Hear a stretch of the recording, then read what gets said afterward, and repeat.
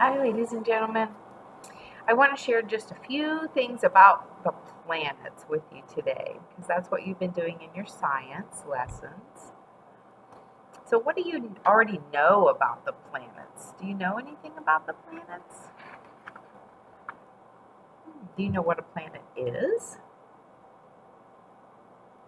Circle, circle in the sky. You're bright enough to catch my eye. You're not a star, but a place where gas or rocks swirl in space. So a planet's not a star. I wonder what it's made from. It sounded like rock and gases. When you look up high in the night sky, you might see lots of bright lights. Most of those lights are stars. Most stars have planets moving around them. Planets are round objects that orbit a star. They don't create their own light. They only reflect light from stars. The sun is our star. We just talked about that, right? Our planet Earth orbits the sun. The sun makes lots of heat and light. Its surface is about 100 times hotter than a hot summer day. It's also very big. 1 million Earths could fit inside the sun. Our sun and Earth are part of what we call our solar system. There are 8 big planets and 5 small dwarf planets in our solar system. Each planet orbits the sun, and the strong pull of the sun's gravity holds the planets in orbit, which keeps them from floating away. Gravity is the same force that makes a baseball fall to the ground when you drop it.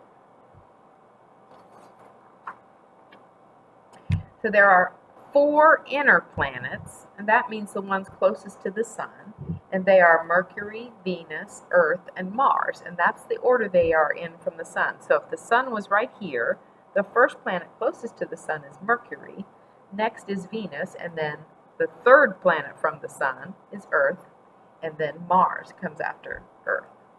Mercury, Venus, Earth, and Mars are in the hotter part of our solar system because they're close to the sun.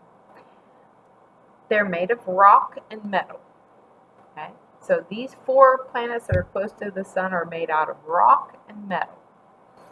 Now here's the interesting part is that there are planets that are just gas planets. Earth is the third planet from the sun. The planet we call home spins at just the right distance from the sun. It's far enough away to be not too hot, yet close enough so it's not too cold. Here, the conditions are just right for life.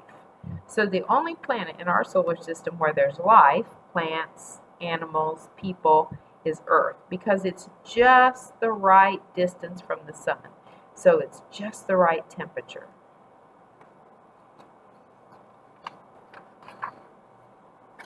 Now, after those 4 rocky planets, there are 4 more planets, okay?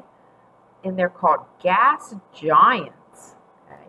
So these are the gas giants: Jupiter, Saturn, Neptune, and Uranus. And they look like they're solid, but if you went to step on one, you just fall through because they're made of gas. Okay? They're huge planets, and they're made of big clouds of gas and liquid. Gravity holds together the gas and the liquid into that planet shape, that round shape. Okay? All the gas giants have rings, like you can see Saturn's rings right here, and those rings are made up of ice and dust. That's what makes up the rings around the planets. Then we talked about there are some dwarf planets. Pluto used to be considered a planet in our solar system. Now it's just a dwarf planet. And there are 3 others. We don't usually hear too much about them, but a dwarf planet can be round or egg-shaped. Okay? Unlike regular planets, dwarf planets may share their orbits with other space objects.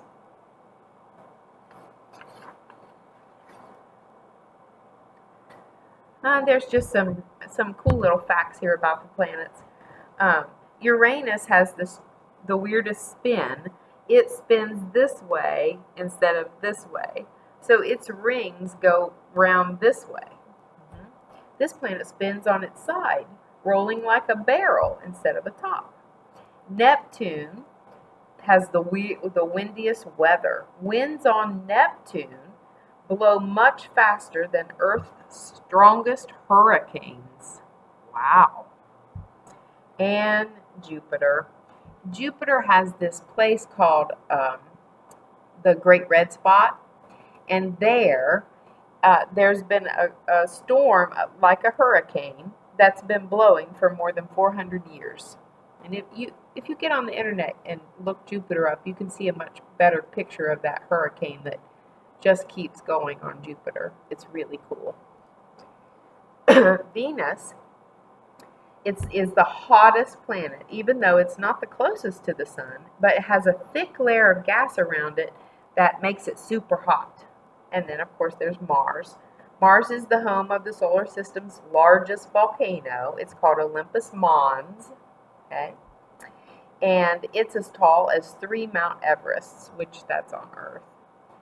Here's Mount Everest. That's a mountain here on Earth. And then here's how big Olympus Mons is on Mars. And Mars is usually called the red planet because it has a red rocky dust on it. Some planets, like Earth, have moons that travel with them. Did you know that our moon is not the only moon in our solar system? Other planets have moons too, and some have more than one. Some planets, like Earth, have moons that travel with them. Moons are objects made of ice or rock that orbit a planet. Some planets have no moons. Some have many. Jupiter has more than 60 moons, and they're finding new ones all the time. I think the number might actually be in the 70s now, since this book was made. Saturn has a giant moon called Titan. It's one of the largest moons in the solar system. It's even bigger than the planet Mercury. Now, our moon, Earth, has only one moon, and it appears large and bright in the night sky. Now, what makes the moon look like it has light? Because, look, here's a picture of the moon. Does that look like a star? No. It's a gray, rocky dust. So how does it give off light? Well, it doesn't have its own light.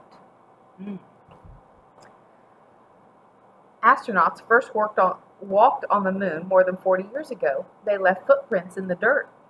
There's no weather on the moon to wash or blow them away. The footprints are still there. So nothing moves on the surface of the moon. Anything that happens there stays there, okay? Because there's no weather or wind there. Have you figured out yet where the moon gets its light? Scientists have many ways of studying planets. One way is to visit them. Humans can't visit other planets yet, but we can send robots to explore them for us, like the Mars rover. We've sent a Mars rover to Mars to collect samples and do things so that scientists can learn about Mars because we can't go to Mars yet. And there are other ways that you can use giant telescopes to look at planets. Okay, they can send up space probes to get information. Really cool. So, I want you to think about that moon and how does it get its light? See if you can answer that question. If you don't know the answer, look it up. Bye.